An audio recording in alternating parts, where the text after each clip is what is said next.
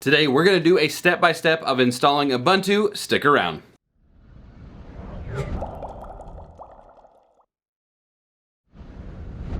What is going on, everybody? Welcome to the video. So you're probably here because you're looking at installing Linux on your machine for the first time, and we're going to cover all of that in today's video. It's going to be a little bit lengthy because it's going to be a step-by-step guide from finding the certain Linux distro that you're looking for to creating that USB media in order to boot from it, and then of course installing the Linux operating system itself.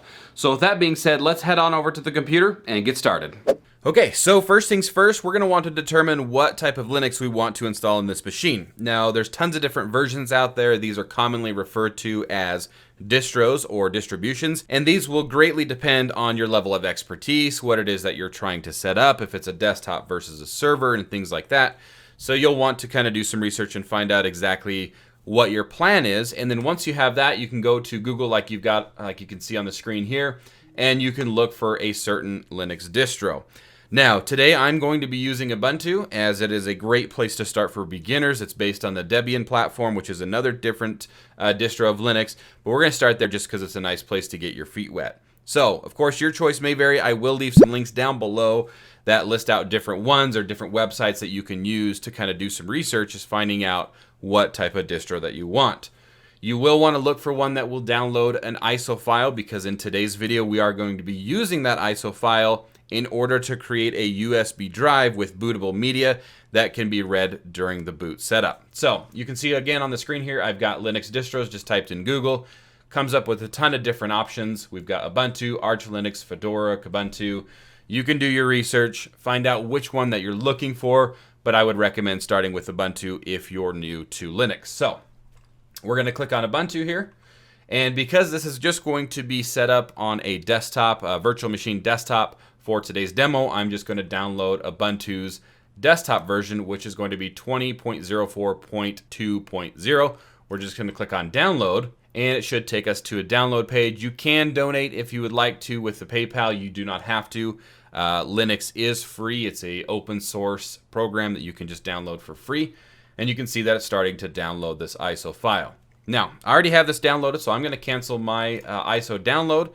However, while yours is downloading, you're going to want to look for a program called Rufus. This is the software that we're going to use in order to create that USB boot drive. So we're going to type in Rufus up here in the search bar, and you're going to want to look for rufus.ie. Again, links will be down below. We're going to create a bootable USB drive the easy way. Come on down, click on Rufus, and download that program as well. Now, in order to continue, you will need to have admin access, because Rufus does make changes to the PC that require the admin account.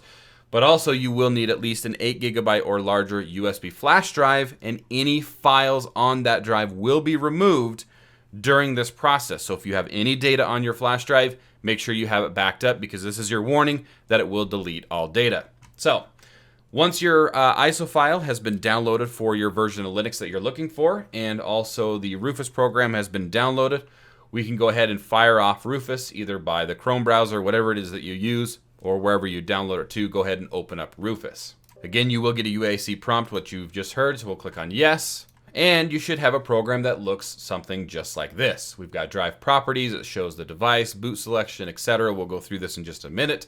But the point is, right now, go ahead and plug in your USB drive that you're going to use, and the Rufus software should automatically pick it up. You can see that I've got a 64 gig already in here.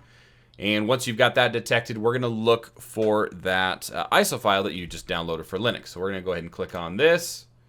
We're going to choose disk or ISO image if it's not already selected. Then we're going to select that. So I'm going to go into my downloads, since that's where Chrome downloaded it. And we're going to choose Ubuntu right here. And then we're going to go ahead and click open. Now, you can see that things have changed for partition scheme. It's got MBR, BIOS, or UEFI. Whatever settings it is that it's set, go ahead and leave those alone. Those are perfectly fine. And then, of course, you can label this whatever you want, because it's going to format that drive and create the necessary file system in order to create that boot drive. So, again, leave everything as default. From here, you can just go ahead and click on Start. You will get this warning. This image uses syslinux, but this application only includes the installation files for syslinux. A new version of syslinux are not compatible with one another. It wouldn't be possible. You can read through that. In this case, you will want to click on yes, and it's going to download all the necessary files in order to create this USB drive. So write in ISO image mode. This is a recommended. This is what we want. We're going to go ahead and click OK. Here's the warning. It says all data on this device will be removed. Click OK to continue. Deleting partition. And now you can see that it's copying the files to create that bootable drive. Once Rufus has completed creating that bootable drive, you can just click close on this software. You're going to want to plug the drive into the machine that you're going to install it on, and you're going to want to reboot it. And you're going to want to press the corresponding boot key. Typically, ASUS is like F8 for desktops, Escape for laptops. But you're going to want to get into the boot menu that you can use to select that USB drive from the list. If for any reason you can't get the boot menu to show up, you're going to want to head into the BIOS and change that USB to be the priority boot device, then hit F10 to save. Once you've successfully been able to find the USB drive and you're booting from it, you should see a screen that is very similar to this. And from here, we're just going to follow the on-screen prompts in order to install Linux. Another cool thing with Linux is you're able to try it before you actually make any changes. You can run the operating system directly from your USB drive that you just created. Of course, we're installing it today, so we're going to choose the Install Ubuntu option. You're going to want to choose your corresponding language or keyboard layout. We got English. What apps would you like to install? To start with, you can do a normal installation. I would recommend this for beginners. It's going to install web browsers, utilities, office software, some games, some media players. If you just want to kind of get an idea of what it looks like, normal installation is going to be your bet. If you are a little bit more of an advanced user, you can do the minimal installation where it's just going to install the web browser and basic utilities, and you can kind of go off from there. I would also highly recommend downloading updates while installing Ubuntu, and then install third-party software for like graphics cards, Wi-Fi hardware, additional media formats.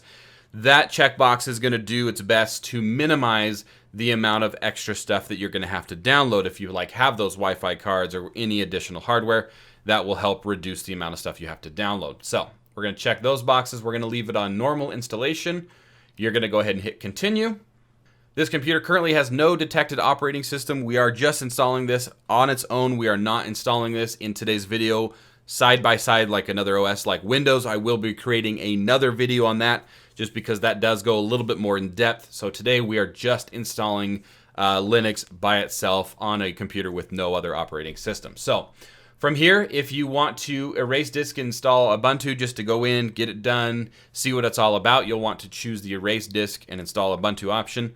Otherwise, again, if you're an advanced option, you can do something else, and this will allow you to create or modify those partitions in order to kind of maximize your space. Today, we're just going to choose the erase disk and install Ubuntu, and we're going to left click on install now. If you continue, the changes listed below will be written to the disks. Basically, it's just a warning. Anything on there will be erased, so make sure you're installing this on a drive that's got nothing else on it, and we're going to go ahead and hit continue. Where are you? You're going to want to choose your rough location of your time zone so it can set the timing correctly. Boise is perfectly fine for where I'm at. It's still in the same mountain time zone. And we're going to hit continue. Who are you? This is where you're going to want to, of course, start creating the accounts for it. So we're just going to say demo test. You can give the computer a name. We'll just do demo test VM. This is on a virtual machine. Pick a username. That's fine. And then we'll just do demo test 1. Demo test 1. You'll get a green check mark once you've got the corresponding or the matching passwords. You can log it in automatically, or you can make it to where you require a password to log in. We're just going to choose log in automatically, and we'll hit continue. From here, almost finished copying files. You're just going to let this process go. It's going to find all the files it needs. If it needs to download any other files, it may need to, but it's just going to go through and finish the setup for the Ubuntu. Then, of course, once the install is complete, you can just left click where it says restart now. The computer's, of course, going to restart. And we'll just let it reboot to make sure that there's no other errors and everything looks good, the operating system boots, etc. So we'll just wait for that to come up here. There we go. We've got the Ubuntu logo loading. And there it is. You can connect your online accounts from here. You can click on skip. Live patch, you can read through this. We'll click next. Help improve. If you don't want to do that, you can click no, don't send system information. Click next. Location, we'll leave that off. Where you're ready to go, you can use software to install apps like this. So again, you've got a app-like basis where you can open software for now where it's got Discord and Skype and Spotify. Pretty cool. We'll click done on that, and you've installed Ubuntu, and from here you can just go through, explore whatever it is that you need to on it. You can go in and start downloading different programs on it. You can open up the terminal and start testing it out with that, and just start having yourself a ball when it comes to Linux, because Linux is pretty cool. I wish it was a lot more supported, but this at least gets your feet wet, at least finding out what type of Linux distros you like and having a little bit of fun with it. And that is all there is to it. Hopefully by now you're able to get your Linux distro installed on your machine. If you do have any comments or concerns, or if you're having some issues, certainly put that stuff down in the comments. I'll try to get to each and every one as much as I can. Of course, if you have other ways of installing Linux, I'd love to hear about your feedback on that as well. Please post those in the comments too.